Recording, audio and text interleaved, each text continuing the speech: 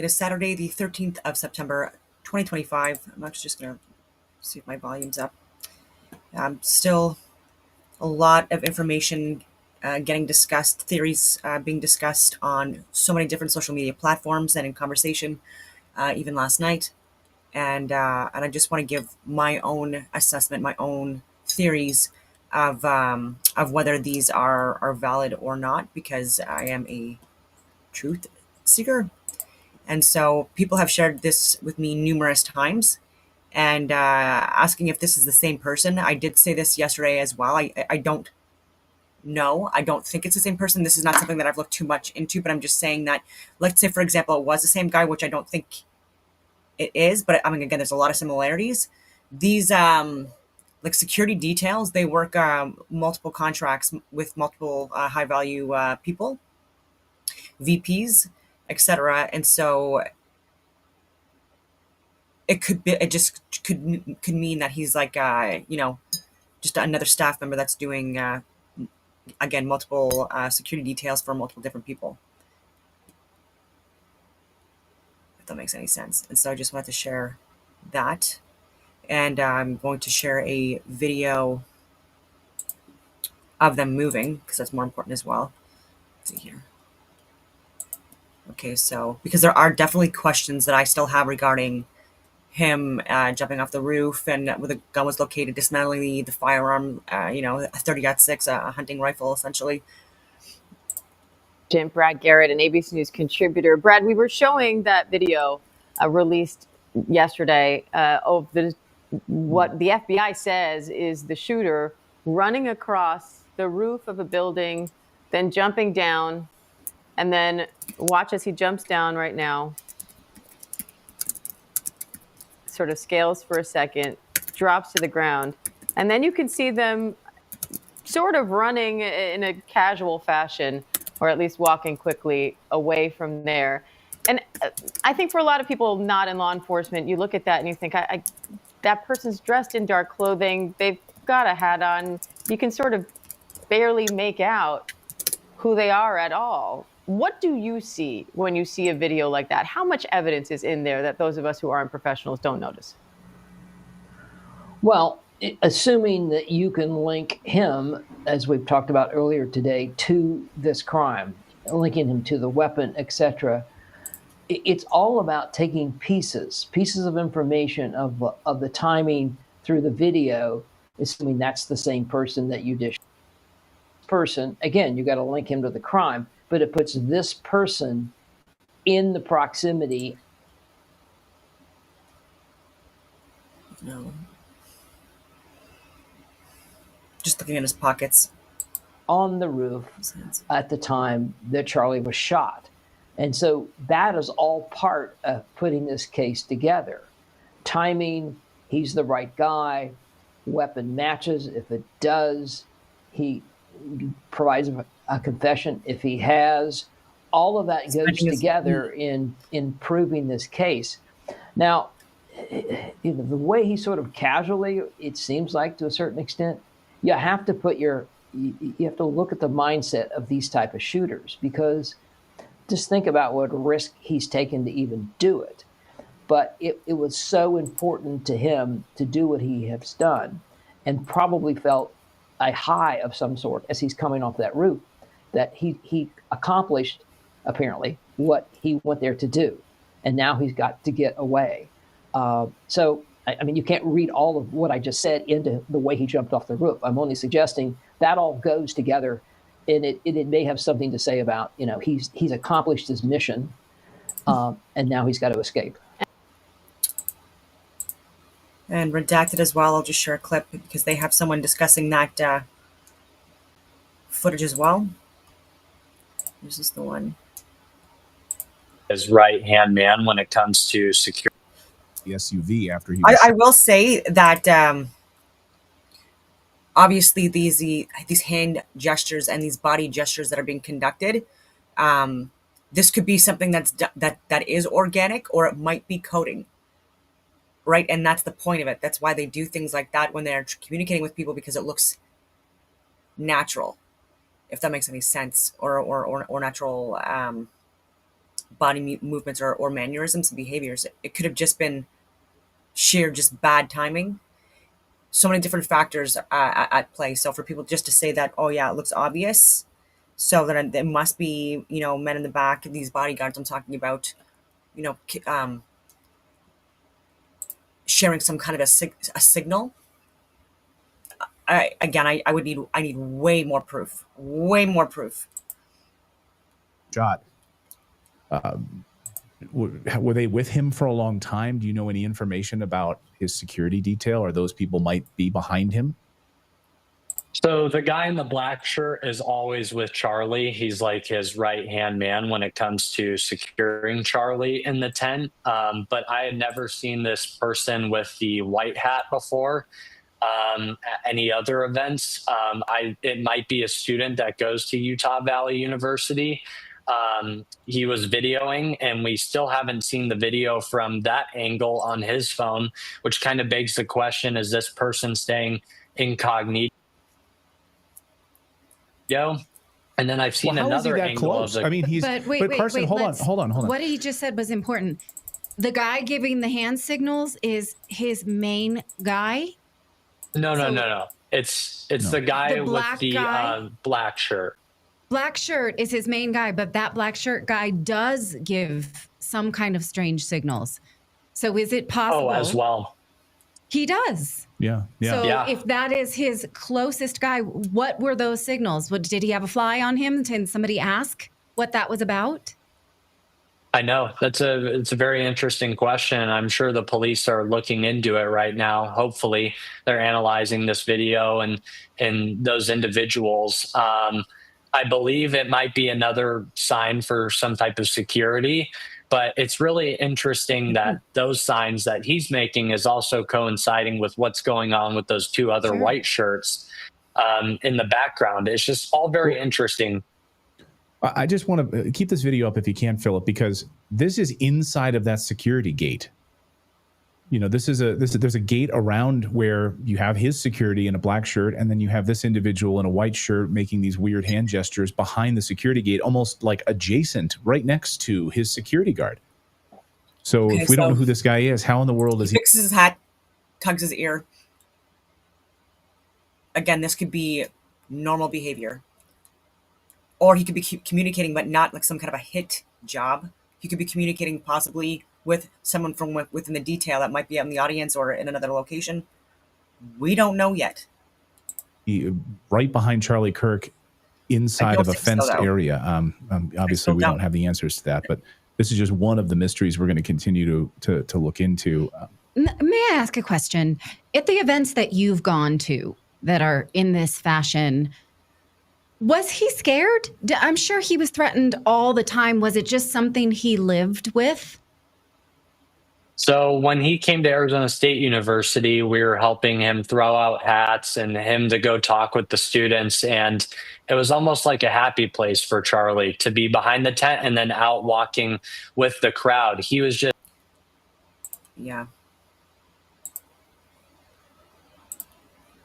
So those two things, like way more questions that I'm going to look into regarding during this video. Regarding the gun that was used and how it was found wrapped in a towel in the forest with the barrel apparently placed back on it, so dismantled and then put back together to varying degrees. It's just, again, didn't want to turn himself in.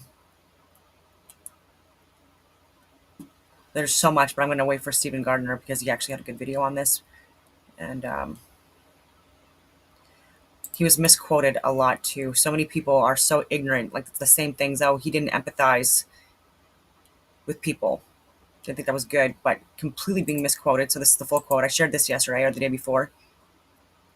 I'm just reiterating. So if you're going to use his quote, use all of it. And so this is what he had said.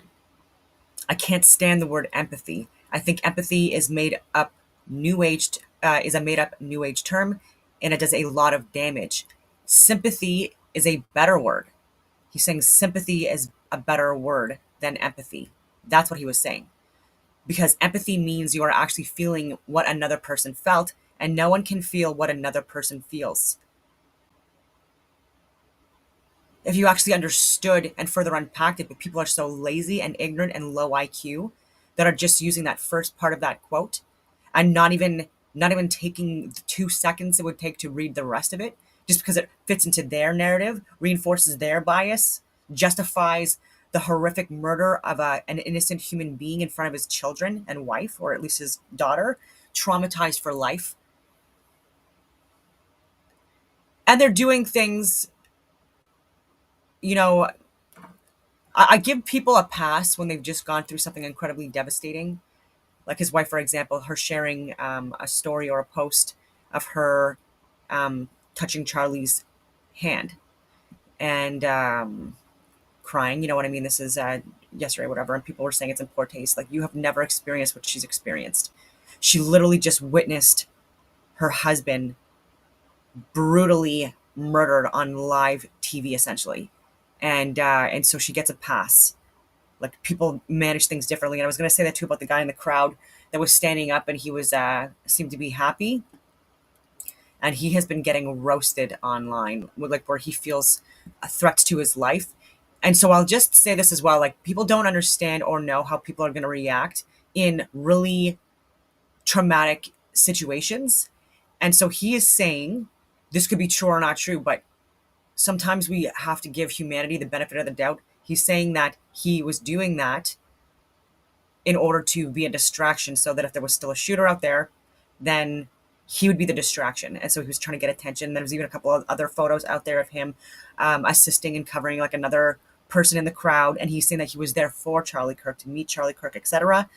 And so anyways, I don't know. I'm just saying, so this is at least people getting his side of the story, because he is, again, getting a lot of messages and death threats, etc. And yeah, some differences between the comparison that's being made, respectfully speaking, with Charlie Kirk, and saying that he deserved this because he debated people regarding George Floyd and said that he was scum, etc. This guy was an actual criminal, someone that caused harm to other people, including children, traumatic harm, and was in the process of getting arrested. I am not agreeing with how he died. Obviously, that was a very unfortunate thing to happen to him. He didn't deserve to die like that. But to compare someone who's not a criminal, someone that's been more of a moderate progressive person, and more of a philosopher, I would say, someone that had deep faith in God and in Christianity. And I'm going to share a video of how he unpacks that way better than I ever could, regarding how Christianity was codified into law, into the Constitution. Because I've talked about this a lot as well, but he actually says it in a good way. I want to honor him, and so, like, I've been looking at a lot of his earlier debates again, and such a brilliant genius of our time, and still very unfortunate. And he was talking about replacing empathy with sympathy for people. Okay, which, like, what, like, anyway. People have been getting fired because of celebrating a horrific murder. And so regardless of what side of the political spectrum you're on, or anything, you have to be some kind of a psychopath, sociopath, or extremely ignorant and low IQ, and too lazy to do, again, just a little bit more research before embracing and celebrating, again, murder. I just can't even believe it. And I'm going to share it now. Yeah, such a brilliant human being. And regardless of what side of the debate you landed on, whether you agreed or didn't agree, he at least got you thinking. And so he either made you further like reinforced in your beliefs or your opinions or your ideologies or your whatever, your opinion, or you weren't. And I do enjoy philosophical debates, and so I would have loved to have had discussions with Charlie Kirk, you know. Declaration only refers to God 4 times in the Constitution. I'm gonna refresh this. Declaration only refers to God 4 times in the Constitution. It doesn't refer to God at all, and it only articulates the structure of government. So first of all, remember that we were a collection of states and colonies, and you need to read the state constitutions before anything else. 9 out of 13 of the original states required you to be a Bible-believing Christian to serve in government at the time of the founding. All 13 out of 13 required a declaration of faith. 9 out of 13 required you to be a Protestant, except Maryland, which was Catholic, which still required a declaration of faith. Almost every single one of the original state constitutions, Pennsylvania included, they had, I profess Lord and Jesus Christ as my Lord and Savior in the original state constitutions. You remember, we're a collection of states before that. Secondly, 55 out of 56 of the original signers of the Declaration were Bible-believing, church-attending Christians. So common law is inherited from Blackstone, who was Christian.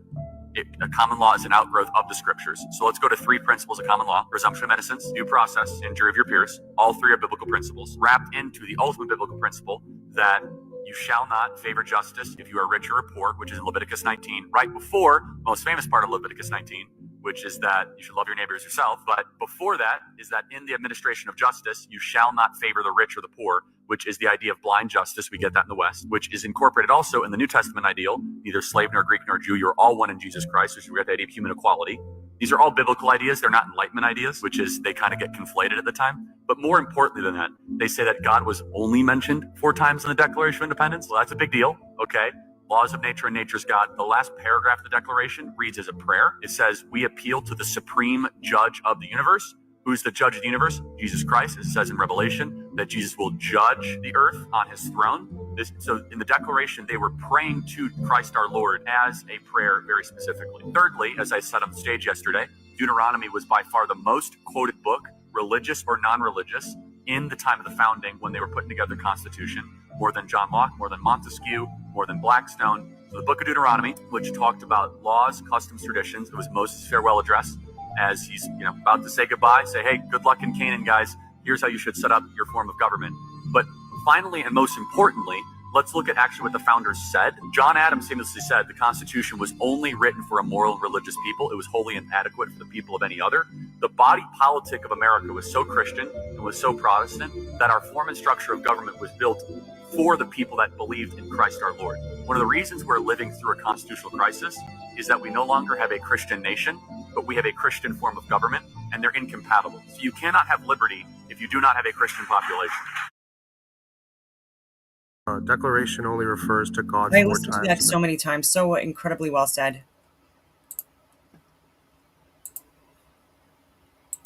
Just so incredibly well said. And the same thing applies to Canadian laws.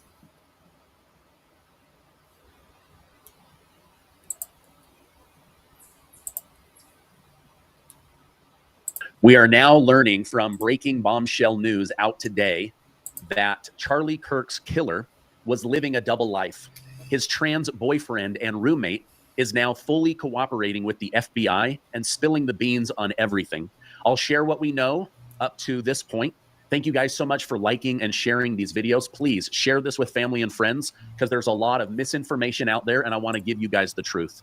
Okay, first thing that I just absolutely have to bring to your attention is people on the left are circulating a photo, an edited photo of Tyler Robinson wearing a Trump American flag shirt.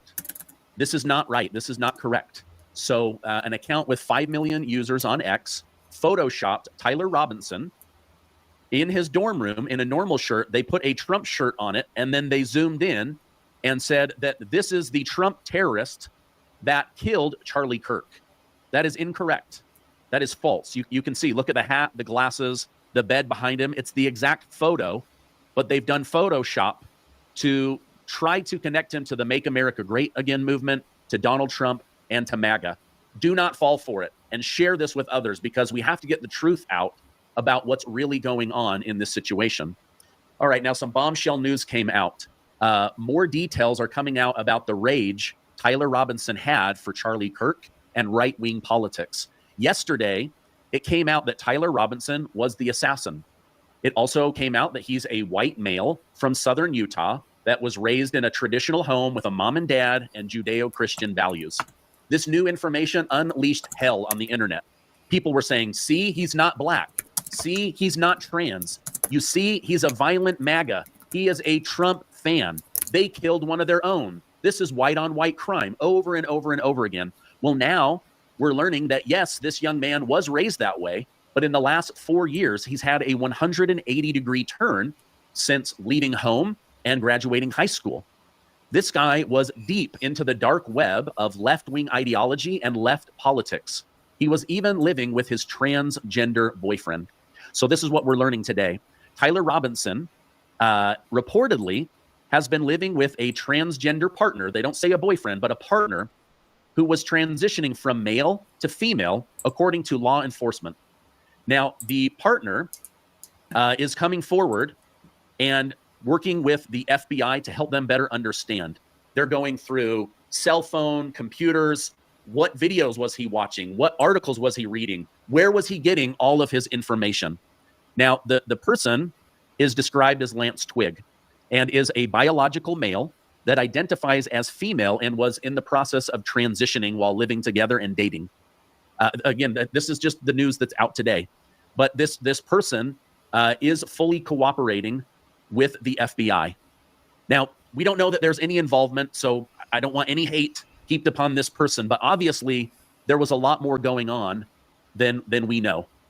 And so we've got to get to the bottom of this situation. Now, authorities credit communication between Robinson and Lance, primarily text messages, access to Discord chats, as pivotal in identifying and even apprehending him. The roommates shared messages from an account named Tyler discussing a rifle drop point, instruction for retrieving and hiding the weapon, and reference to bullet cases matching those at the scene. These exchanges helped confirm Robinson's involvement shortly after surveillance images were released, leading to his surrender with his father's assistance. Now, did you hear what I just said? So let me just read this to you guys one more time.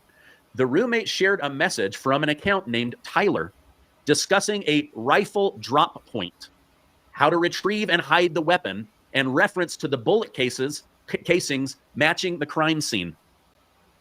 I don't think that this is one person. Here's what's been bothering me personally, and I showed you guys this yesterday. There's video of him on a Ring doorbell camera on 800 Street. He's walking and limping.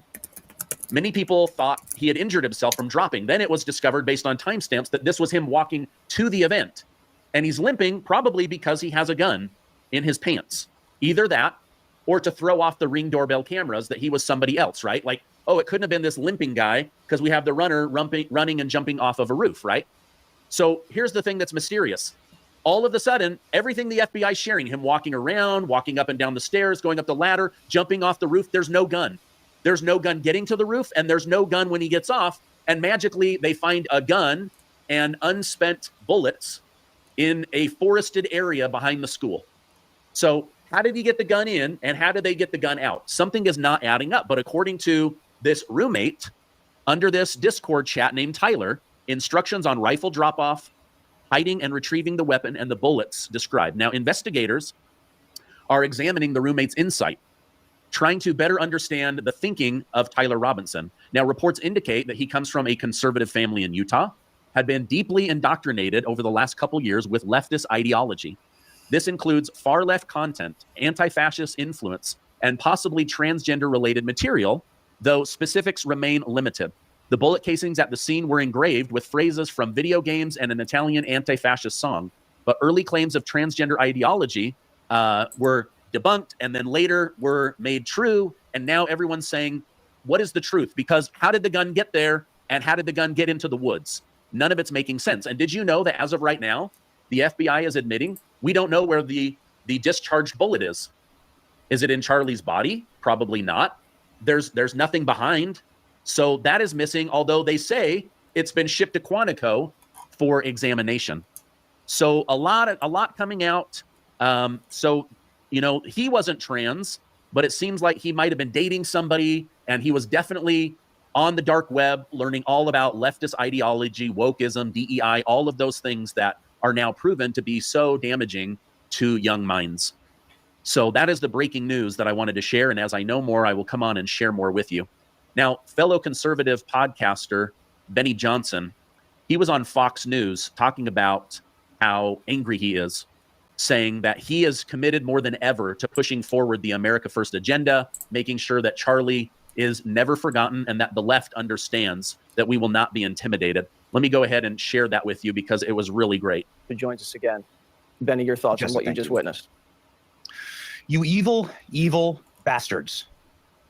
You widowed that beautiful woman, and now those two babies will have to live without their daddy. And why? Why, Jesse? Because you disagreed with someone's political opinions? Because you couldn't handle someone's free speech? Because of the First Amendment? Charlie Kirk wasn't killed because of the Second Amendment, Jesse. Charlie Kirk was killed because of the First Amendment. What kind of a country is this? What kind of a movement is the left now? A left that has dehumanized Charlie, has called him a Nazi, has called him a fascist, has called him deplorable. The entire movement dehumanizing. And they paint a target on everyone's back when they do that. But after watching Erica, what's become clear is that it's backfired. That Charlie will become stronger in martyrdom. That's how it works with martyrs. There are vigils worldwide.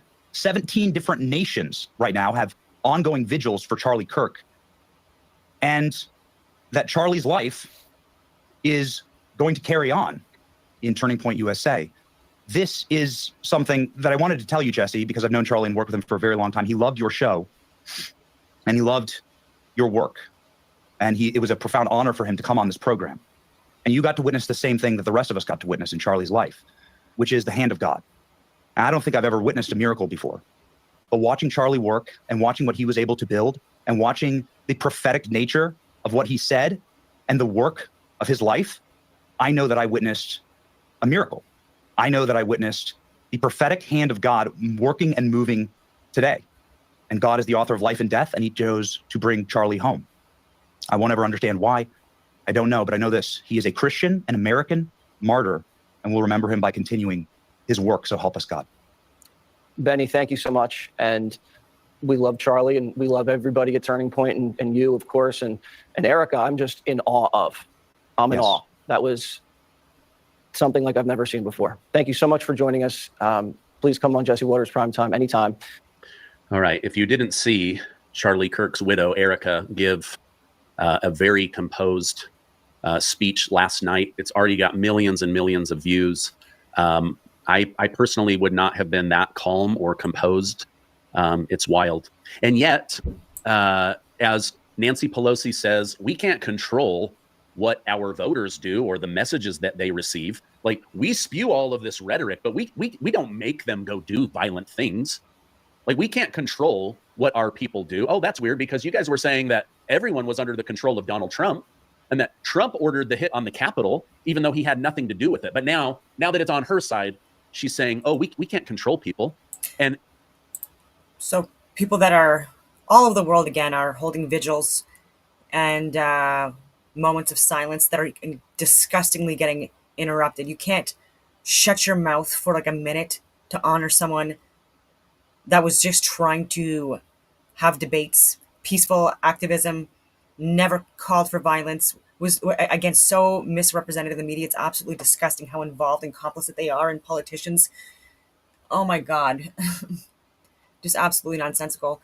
And people trying to print off photos of Charlie Kirk, then being told, I think it was by a home hardware or something like that, but in the US, that they refused to print photos of him for this vigil because they were saying it was propaganda, the specific manager, and I believe she's been fired.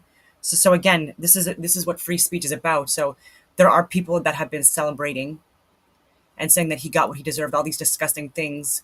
People are reporting these people. Peaceful activism, right? And so these are the situations where you FAFO, fuck around, find out, right? If you're going to be so reprehensible on social media and show everyone just how disgusting you are as a human being, and clearly a threat and a danger to others, if you're celebrating a literal horrific event that happened that he did not deserve, and it was all because of bullshit lies and propaganda of people that were too afraid to debate him, just so frustrating. Yeah, and so they're getting fired, and they're also losing friends. And so you have people that were celebrating, and then, like, you know, a little while afterwards, they're back on social media and they're crying, saying that their, you know, friends for life and family for life has blocked them. They've called them out, called her out. She doesn't feel good about what they're saying about her. It makes her feel like a bad human being. Well, maybe reflect on that. Maybe reflect on that. And so this is the peaceful activism talking about. Like, don't, like let them show their cards, and then you just don't have to show up to the table. Vigils, not protests, not riots, not burning buildings. One side's, again, I don't want to even make this about sides, but this is by design, is way more violent and intolerant than the other.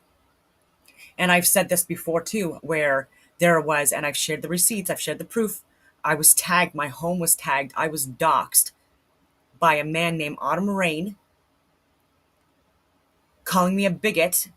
This was around the time when the trans shooter in the U.S. Shot up the Christian church school, and talking about yellow moppy head, and it's just like, it was around that time, and yeah, and I obviously didn't feel safe with that, and it was just because of my views, right? And so it's like they think we forfeit our right to live because of we have a differing opinion than you, and based in reality, based on objective facts, that a man cannot turn into a woman. One biological sex cannot transform into the other.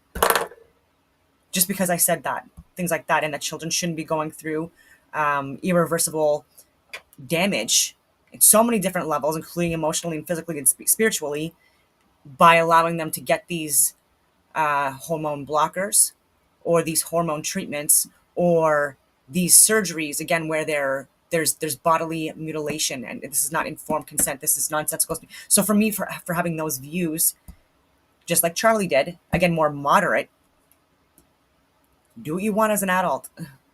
Just don't harm people in the process. Don't try to invade women's safe spaces. Take our scholarships away from us. Compete with us in our sports. Why don't we just have some kind of a co-ed division? If you don't want to call it the trans division, you can call it the co-ed division for major events. I don't know, where you can have male and female, have that divided class. It's our rights. And then have a co-ed. And see who shows up to the co-ed. But anyways, I've been saying that for years. There's probably some logistical reason why, maybe the cost. I don't know why people are not doing that. But again, it just makes more sense to me to just do that. And Congresswoman Jasmine Crockett, she said, if I call Trump a wannabe Hitler, I'm not telling anybody to take him out just because he's like Hitler. Well, Jasmine Crockett was also on saying that the Democrats have clean hands when it comes to the death of Charlie Kirk. But then listen to what she was agreeing with over on MSNBC. But this is a war. This isn't a battle. And we absolutely will win this war. It is a war. It is indeed a war. And I have to say, they have won some battles, Jasmine, but we have to keep our eye on the war, and everybody needs to pick up a weapon and get involved, because this is for the safety and lasting of the country. So our words don't encourage violence. Our words are clean. We can't determine what our people will do when we tell them how evil Trump is or how evil Charlie Kirk is. But then we're at war, and everyone needs to pick up a weapon and fight. We're at war. So what message are you sending people?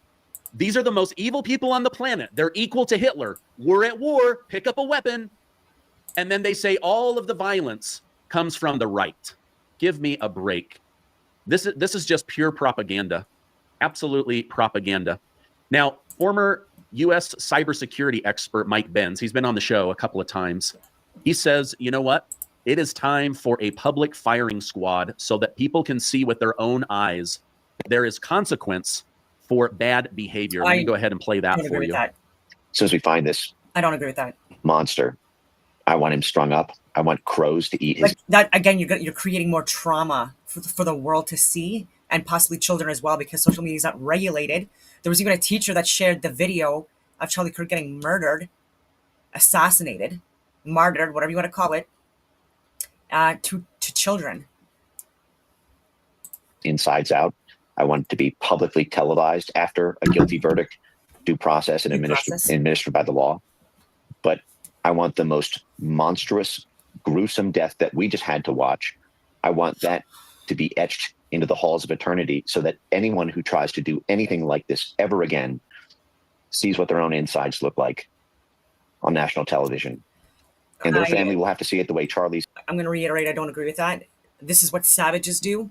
These are the things that what the Taliban and ISIS, etc., were doing in the Middle East with people that they saw as supporting NATO during the war. You know, they would have them on their vehicles. They would, like, if there was like leaders in villages that were again supporting or communicating with, you know, with soldiers, that their heads would be on pickets. There were so many different examples of you don't do that. This is what like primitive savage people do. We should not do that. We are above that. And again, this is respectful to Mike Benz. I understand he's obviously upset. I don't know if he knew him personally or not, but they were in the same kind of, I don't even know how to say it. Like, they've communicated with a lot of the same people. So they're like, it would not shock me if he had met him before or debated with him, because he's also an intellectual. And so he's free to say what he wants to say, and I can be free to disagree with him on this aspect. Has had to see his. I think about whoever did this, if they had to stand in a room with Charlie, and how Charlie would tower over them, how they wouldn't stand a chance in a fist fight or a verbal fight or anything. Yeah. And a coward, a pussy. Whoever that is, just the most unspeakable things have to be administered by our law enforcement. All right. We now know who it is. We know we're getting more details about how this young man was indoctrinated. This young man was a radical. I really like this comment. So the proper response is to, I'm going to say, remove Marxists from our educational and government institutions. This guy was just a foot soldier. We have to cut the cancer out of the root. I believe that there are a lot of people within the education systems, especially the elite Ivy League schools, etc., that are pushing so much propaganda, and this is why a lot of teachers should be getting their social media at the very least should be looked at, and a lot more meetings and discussions with these people to see what is actually being taught and what their views are, because they're very extreme. A lot more university. I was even saying, like, even in Ottawa, like, not now, like cities, especially in areas where like there's like more people that go to school coming in from all these different areas, like professors are so woke, largely, especially in the arts programs. And it's just wild to me, just like the over representation of a certain political group within like the higher faculty staff positions within so many different education systems.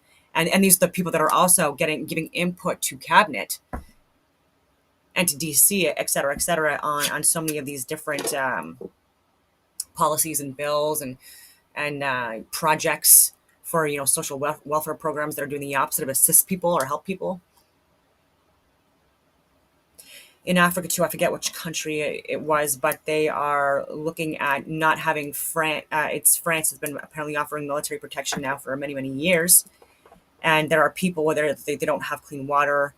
There's so many different things that can be developed within the country instead of spending that money on protection. And so they're actually looking at aligning with, and they've talked with aligning neighboring countries in order for them to assist them with their security and defense, which I think is a great idea. And so just very interesting things coming out as well. Oh, my hair's a freaking mess. But I didn't want to talk too much about international news because, again, it's... this whole Charlie Kirk thing is horrendous, and it's just so tragic and such a waste. He was trying to de-radicalize people, and he was so respectful. Like, he wasn't an extremist. I just don't understand how, like, it's just... Anyway. His mind, the woke mind virus poisoned his mind. Let me know in the comments. Is this too harsh? Actually, I'll actually share it now, because TMZ is lying and saying that they weren't celebrating the death of Charlie Kirk live, but there's someone that actually did a timeline, and a lot of people are sharing it. We weren't cheering when he got killed. Oh, I don't need TMZ's cameras. Fired. There's nothing I fired. love more than a good investigation, And a public I'm coming to you apology. guys with the receipts. Exhibit A, the alleged car chase that they were watching. Right there on the banner below, you can see it started in Temple City, and we saw that Go ahead, Philip. Well, I wanted to let you know that President Trump has said Charlie Kirk has died. So that is the breaking news that we are likely about to have with ABC News. Exhibit B, the giant clocks around their office. Exhibit C, don't worry, you won't have to do the math because I've done it for you. Timestamp, time. It is 1:07 and 15 seconds in the afternoon, with the timestamp on their video of 3 hours, 42 minutes, and 5 seconds. For 3 o'clock in Utah time, which is 2 o'clock Pacific. Exhibit D, we have the cheering starting at exactly 4 hours, 17 minutes, and 15 second mark, which is a difference of 35 minutes and 10 seconds. So if you take the timestamp plus the clock saying it was 1:07 and 15 seconds, add 35 minutes and 15 seconds, what time would you have? 1:43. So they technically were watching a car chase video. What do you think they were cheering for? People in the back room away from our news desk here who were watching a car chase, and they were laughing, they were clapping, and you could hear it out here. And we want to make a couple of things clear. One is that I know these people, and they were not laughing, they were not reacting that way about Charlie Kirk's assassination. They were not. They would not work here if they did. That's who these people are. That was damage control. He lied to you, trying to control the damage of his staff. You see, it went out live. People saw who they really are. The math is clear. These people are pigs. And I apologize to pigs for using that term because they're below pigs. You can't compromise with people like this. You can't deal with people like this. And folks, this is unsustainable. When they can justify killing you for the words you use, there's no coming back from that. You can't change their minds. They think you're a fascist, a white supremacist, a Nazi, and that gives them the justification to kill you. Me, us. How do you compromise with that? You don't. You're watching the Kramer Says Project. TMZ wants you to believe. Start firing people. Re-education. Having people come in as part of a panel or a committee and educate these professors now and these heads of departments and faculty and staff, etc., within the academic system and within cabinet, within the House of Commons, because these people, again, they are not smart. They're not aware. They're not wise. They might be smart, but they're not wise. They don't understand what they're doing, respectfully, or any major events, what's actually been going on. And if they do, they've been lying about it. Okay, there was one more thing I want to discuss before I get back to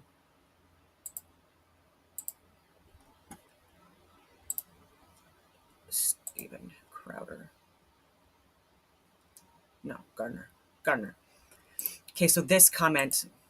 So in less than 36 hours, 33 to be precise, the suspect was apprehended. And so people are saying that this is a conspiracy theory because of this. Kash Patel, I'm like really annoyed that he actually said that and did that. Because like it makes him sound like such a friggin' grifter. Whatever this grift is, like why would you say that when it's incorrect? And so yeah, so he did say that on a it's recorded. He did say it. All right. So let me just back it up here. Okay, so time difference between when Charlie Kirk was shot and Tyler Robinson detained. The shooting of Charlie Kirk occurred at approximately 12 p.m. Mountain Daylight Time on September 10th, 2025 at Utah Valley University in Orem, Utah. According to the FBI's official timeline and multiple news reports, Tyler Robinson, the suspect, was arrested on September 12th, 2025 at approximately 7:43 p.m. MDT, following a tip from a family member to the Washington County Sheriff's Office earlier that evening. So from shooting to arrest, approximately 55 hours and 43 minutes. Okay, so why did Kash Patel say 33 hours? I don't know why I'm asking Grok that. I was just interested to see what it would say. So Kash Patel, the FBI director, referenced 33 hours during the September 12, 2025 press conference announcing the arrest of Tyler Robinson, the suspect in Charlie Kirk's shooting. Actually, did he say arrested? I'm gonna like re-verify that because Grok is wrong sometimes. Okay, let's see here. 18 hours ago. 1 hour ago. So yesterday. No, so he was probably saying that he was like arrested the night before. Let me see here. Okay, I'm going to share Gardner, and then I'm just going to look into that in the background here. So this covers this really well. I really like Stephen Gardner. Is this the exact punishment that we need? I showed you guys Andrew Tate yesterday. He said, if none of you have the courage to do it, I'll certainly be the one to take him out. Let me know what you think. Utah is a death penalty state. It's one of the only states left that has a firing squad. So this may be a situation where, somebody gets the exact same punishment that they inflicted on somebody else. Now, Elon Musk was speaking about freedom. Charlie Kirk. Over in England, they're holding a huge rally, not only to support Charlie Kirk, but also millions of them showed up saying, it's time to make England great again. Time to kick out all the illegal immigrants and those that are pulling down England. Let me show you exactly what Elon Musk had to say today. And then you see how much violence there's on the left, with our friend Charlie Kirk getting murdered in cold blood this week, and people on the left celebrating it openly. The left is the party of murder and celebrating murder. I mean, let that sink in for a minute. That's who we're dealing with here. That is who we're dealing with. So a lot of people have criticized Elon Musk for saying that the left is the party of violence, the left is the party of murder. But right now, thousands of people have been fired for their horrible, distasteful, grotesque reaction to Charlie Kirk's death. I've maybe never witnessed anything so vile in my life. Watching this young man be gunned down, and then how people reacted to it with laughing and mocking and T-shirts and statues and cartoons and just vile vitriol, calling for Charlie Kirk's widow to be taken out, his children. I mean, just absolutely grotesque. I've never witnessed anything like this in my whole life. And yet, on the other side, you have over in Korea, you have people are literally holding giant vigils for Charlie Kirk. Okay, so, all right, I just wanted to clarify before moving back into the vigils, which I think are beautiful. All over the world, people they're showing so much solidarity, and it's I'm Canadian, and he a lot of people within my family and friend group were really upset about what happened as well. It's like the spiritual sadness almost like that has been over us. It's just sad. Anyway. Okay, so no, Tyler Robertson was not arrested on September 11th, but rather on September 12th, 2025, approximately 55 hours after the shooting. The confusion may stem from the initial detention of a person of interest on September 11th, who was quickly released, or preliminary reports during the manhunt, but official announcement and court records confirms the arrest date as September 12th. Shooting Charlie Kirk was shot at 12 p.m. MDT on September 10th. Person of interest detained on September 11th, 2025. Authorities briefly held an individual based on tips and surveillance, but they were released after questioning as unrelated. I'm just making sure that my mic is on. Anyway, okay, so FBI Director Kash Patel's 33 hours. Comment during the September 12th press conference referred to the time from the shooting to the arrest announcement, not the exact arrest time, which was 31 to 32 hours. He rounded up for emphasis on the rapid manhunt. I don't know how rounding up would be more of an emphasis on the rapidness of the manhunt. If it took less time than 33 hours. So again, I don't know why he said 33 hours when it was like between 31 and 32 hours at that initial time. But again, this is appears to be a different person because two people were detained and questioned, interrogated. One on the first day, then again, this one after that, the day after, it looks like. And then at that time, that period had elapsed. And then it was on September 12th when Tyler Robinson at the behest of his father, turned himself in, and apparently he didn't want to turn himself in. Again, I don't. There are a few people that are sharing that reporting, but I don't even like saying it because I don't have anything to back it up right now. But again, it was encouraged for him to bring himself in, and allegedly it's his father that said that he didn't want to.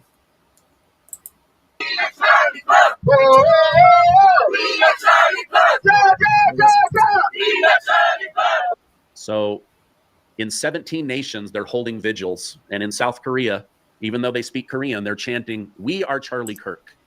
So this new call for freedom it's a wake-up call to all of us. All right, that's the information I have. Let me know in the comments, what do you guys think about the death penalty? What do you think about this new revelation of how he has been poisoned by the woke mind virus?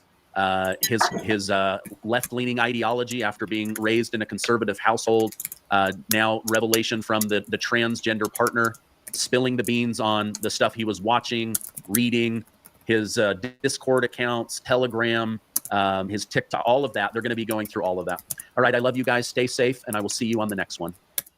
Okay, I just wanted to... Oh, yeah. Yeah, so I did watch this. I look at body language as well, just to see if people are sincere or not in their what they're sharing, what they're saying. Let me see here.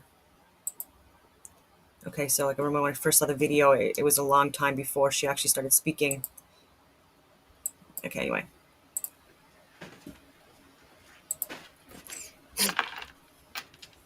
Jesus.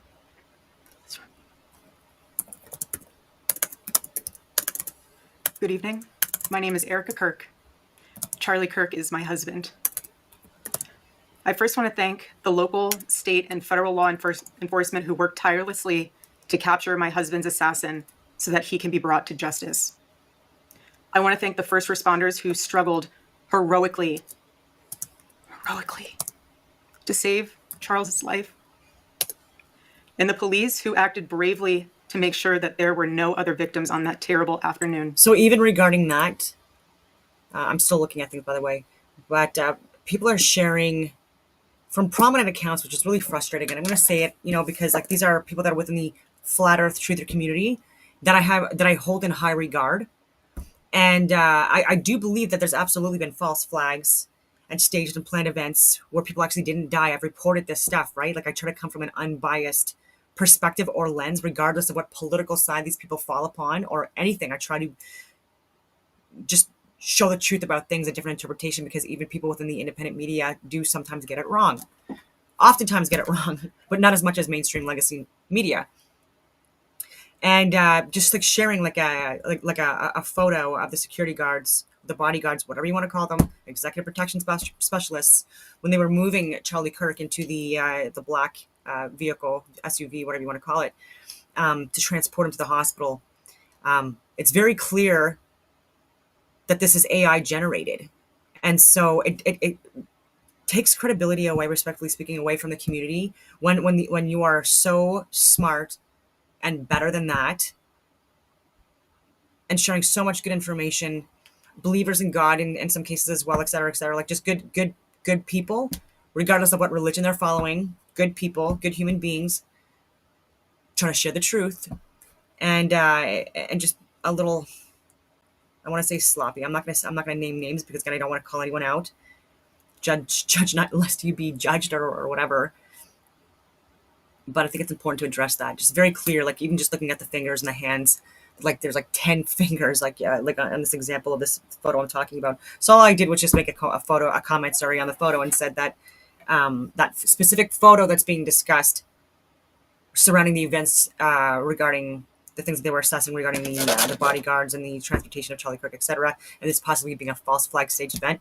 I was saying that specific photo you're using is AI generated. That's, I'm not going to discuss the content of the, in the description box and explanations for, theories and stuff like that. But I'm going to at least provide like an accurate photo because, again, it discredits us.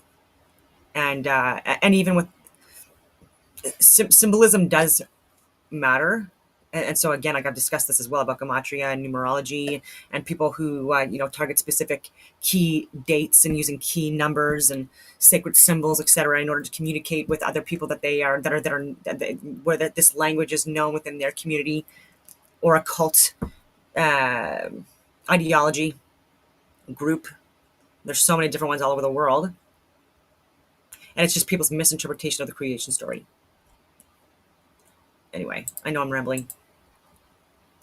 I want to thank the officers who have protected our Turning Point USA family these past 2 days.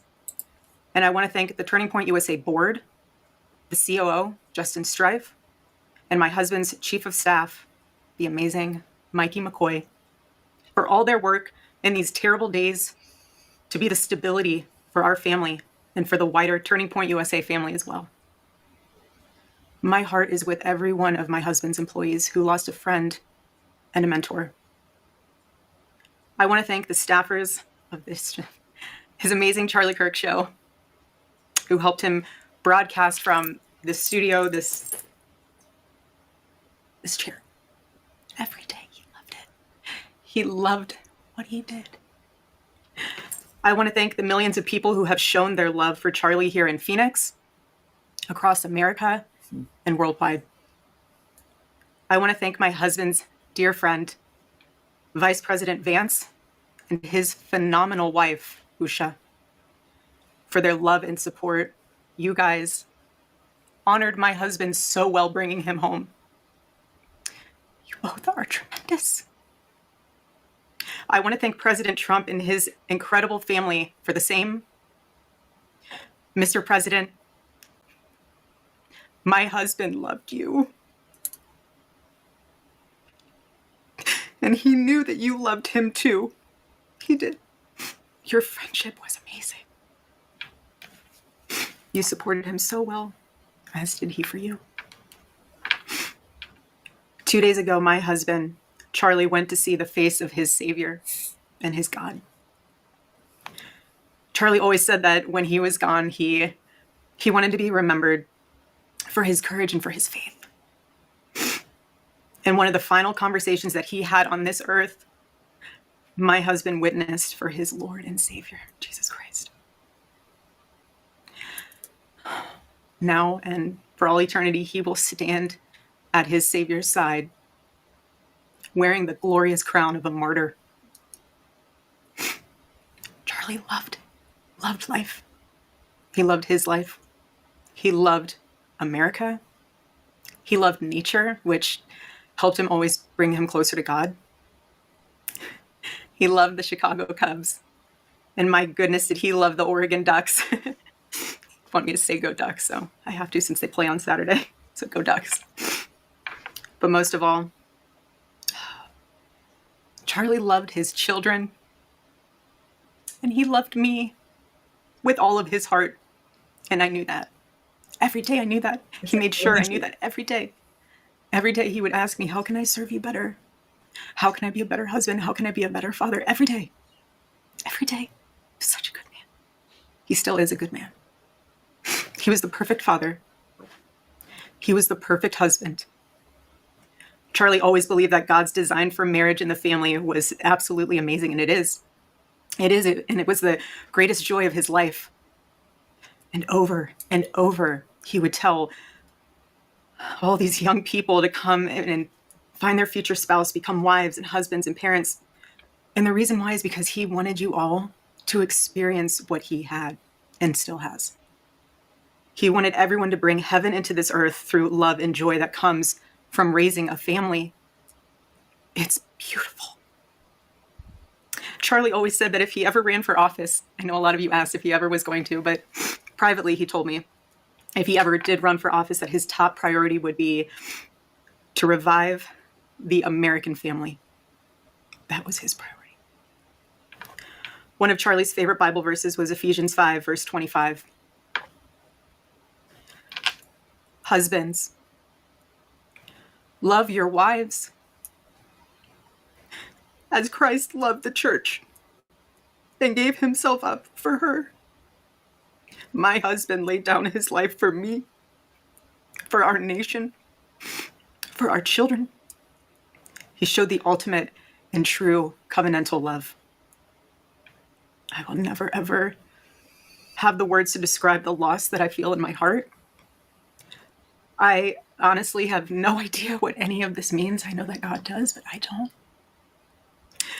But Charlie, baby, I know you do too. I know you do. So does our Lord. And our world is filled with evil. But our God, you guys, our God is so good. He's so incredibly good. And we know that for those who love God, all things work together for good, for those who are called according to his purpose. Already I have seen the worldwide outpouring of love for my husband. I've heard the testimonies from people my husband inspired to get married, to start families, to seek out a relationship with God. It's the most important one of all. The evildoers responsible for my husband's assassination have no idea what they have done. They killed Charlie because he preached a message of patriotism, faith, and of God's merciful love. They should all know this. If you thought that my husband's mission was powerful before, you have no idea. You have no idea what you just have unleashed across this entire country and this world. You have no idea. You have no idea the fire that you have ignited within this wife. The cries of this widow will echo around the world like a battle cry. To everyone listening tonight across America, the movement my husband built will not die. It won't. I refuse to let that happen. It will not die. I'm just wondering why she's not wearing black. Again, and this is just things I'm. It does sound like she has public speaking training, debate training, and sometimes people can see this as being disingenuous. I can't use my words, Don. Anyway, and but there are some subtle things. Again, this is not like a complete indicator, but one of the indicators of someone telling the truth or actually experiencing pain, emotional, physical pain, is sniffing when you're crying. So what people call crocodile tears or fake tears, it's usually just where like there's tears coming out of your ducts, but no sniffing, right? Because it's fake. And so again, I'm not saying that is like making it where 100% that she is being genuine and sad and trying to maintain composure, but that's just what I'm getting out of this. I don't see any so I didn't even want to say it, but like duping delight and stuff like that, because I hate even saying those things. But people are saying this. People are alleging that that this was staged and planned or a false flag, etc. Or that he's still alive even. And that it wasn't chest armor that was underneath his shirt, that it was possibly some kind of a like blood spattering device, that can be like remote activated or activated on command and stuff like that. And again, I've assessed a lot of different events, and yes, there are times where it's fake, but there's also times where it's real, like even with 9/11. And again, a lot of people don't know the reality of 9/11, and instead of being able to expose more of that, and Charlie Kirk was actually, and I've said this even yesterday and the day before, but he was turning around and questioning what was going on in what's been going on in Israel regarding Palestine, etc., and questioning AIPAC's involvement in the U.S., and even talking to Megyn Kelly and Ben Shapiro about these things, and so that he was afraid of like some kind of a retaliation from them for like radicals from that side or the opposite side targeting him. So it turned out not to be the case. It was this Tyler Robinson radicalized young man, and people were saying that this needed to be a sniper, this was some kind of a professional hit, etc. And as someone who was in the infantry as an officer for 15 years, I can tell you just based on my experiences that a lot of the people that were in the combat arms, like infantry, armor, artillery, combat engineers, etc. These are the people that they largely came from rural areas. Less and less people are living in rural areas. A lot of people are moving into cities, which I don't think is a good answer. I think we need to have a certain percent of the population in rural areas, and then in urban areas, people that are able to sustain the society independent from other countries regarding basic resources and security and survival and safety and food and water and so this is more things that are done in more rural, remote areas away from dense populations. And so because people are talking about the guy that got arrested first, people are saying that this is why, saying that he's a crisis actor, a role player that was also connected to 9/11. And so his name was George Zinn. And so yes, George Zinn was present near Ground Zero during the September 11th, 2001 terrorist attacks on the World Trade Center in New York City, where he witnessed the events firsthand. He gave media interviews shortly after the towers collapsed, describing what he saw and speculating on the perpetrators, example, claiming he was Al-Qaeda, which was wrong. Like, this was a deep state cover-up that involved Bush, that included Silverstein, that included Cheney, that included so many other factors. Again, I've done so many videos on that. The controlled demolitions, the toasted cars, role players and crisis actors on scene, people that knew in advance that this was going to happen. Anyway, there's so much to unpack here, but okay, so it has been confirmed. Yes, okay, so he was there. So Zinn, a 71-year-old Utah political activist, at the time of the 2025 Charlie Kirk shooting, was in New York on September 11, 2001, and positioned himself near the World Trade Center site. In interviews with local media, example as captured in a 2001 clip resurfaced in 2025, he stated he saw the planes hit the towers and the subsequent collapse, saying something to the effect of, "I knew it was Al-Qaeda," immediately after. This clip circulated widely on X on September amid speculation about his detention after Kirk's shooting. And so there are multiple people that go to so many different events to disrupt these events.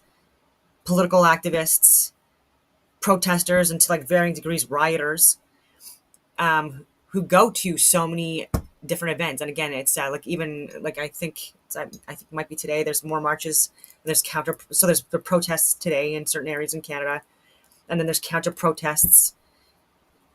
And yeah, when you have differing views and ideologies and incompatible life views, very redundant. It's always a recipe for chaos and disaster. So yeah, so if this guy is going to a lot of different events and disrupting them, like, again, I don't see this as proof that this was a staged and planned event and that this is some kind of a hired role player or crisis actor that's not just like mentally unwell. And anyway, that is spending a lot of his time just disrupting.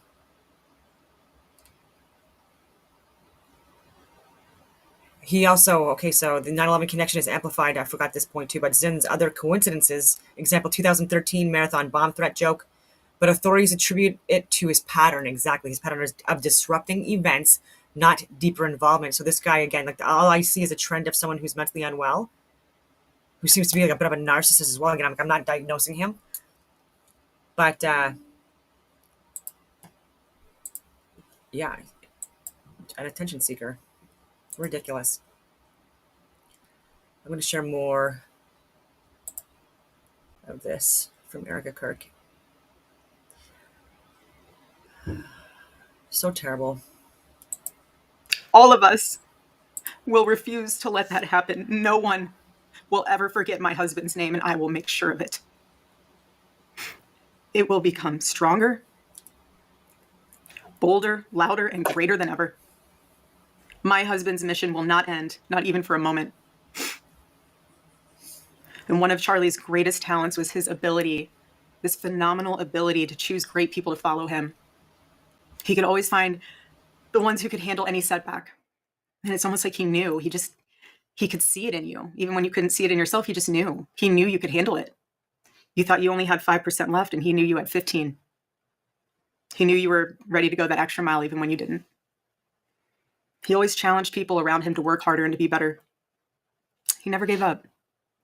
And I love knowing that one of his mottos was never surrender. So I want to tell you that we'll never surrender. We never will. Ever. Ever. Our campus tour this fall will continue. There will be even more tours in the years to come. America Fest here in Phoenix this December will go on. It will be greater than ever. The radio and podcast show that he was so proud of will go on. And in a world filled with chaos, doubt, and uncertainty, my husband's voice will remain. And it will ring out louder and more clearly than ever. And his wisdom will endure. My favorite too, but my husband's favorite word in the English language was earn. He would call all of you to be people of action who earn the future America deserves. So to all of the young people who felt inspired by my husband's faith and hard work, all of you already know what Charlie would want you to do. You know. You know. If you're in high school or if you're in college, go find your local Turning Point USA chapter. Join it. Stay involved. He wants you to make a difference. And you can. You can. The movement's not going anywhere, and it will only grow stronger when you join it. If there isn't a chapter, can't find one, then start one. There is no excuse.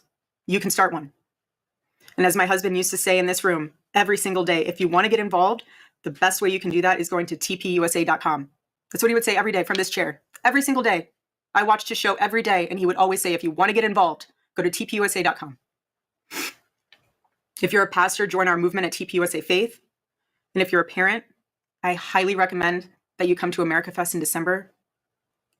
Sign up right now for that because we would love to see you. I would love to see you. Charlie would. He'll be there. He'll be there in spirit. Bring your kids, bring your family. But most important of all, if you aren't a member of a church, I beg you to join one.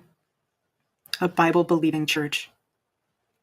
Our battle is not simply a political one. Above all, it is spiritual. It is spiritual. The spiritual warfare is palpable.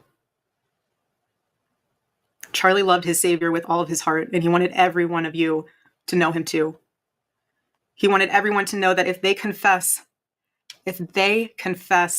the Lord Jesus Christ who rose from the dead, then they will be saved. Hear me when I say this, nobody is ever too young to know the gospel. Nobody. Nobody is ever too young to get involved with saving this beautiful country, this country my husband loved and still loves. And nobody is ever too old either. There's no age limit. I know my husband is still here. He's watching over us. I don't remember the last time I slept. I couldn't sleep last night. And Charlie, baby. Charlie, I promise I will never let your legacy die, baby. I won't. I promise I'll make Turning Point USA the biggest thing that this nation has ever seen. I promise. Charlie, I love you. I love you, baby. Rest in the arms of our Lord as he blankets you with the words I know your heart always strived to hear. Well done, my good and faithful servant. When I got home last night, Gigi, our daughter, just ran into my arms. And I talked to her and she said, Mommy, I missed you. I said, I miss you too, baby. She goes, where's Daddy? What do you tell a 3-year-old? She's 3. I said, baby, Daddy loves you so much. Don't you worry. He's on a work trip with Jesus, so he can afford your blueberry budget. And my goodness, am I so humbled to witness Charlie, you alongside Jesus right now, doing what you always want to do, baby. Making heaven crowded, right? That's what it's all about. Making heaven crowded. I can't wait to see you again one day. Thank you all again who love my husband, who supported him, who wrote him an email every single day during his radio show. He read all of them. All of them.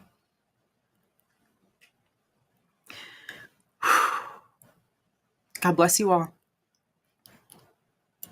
And may God bless America.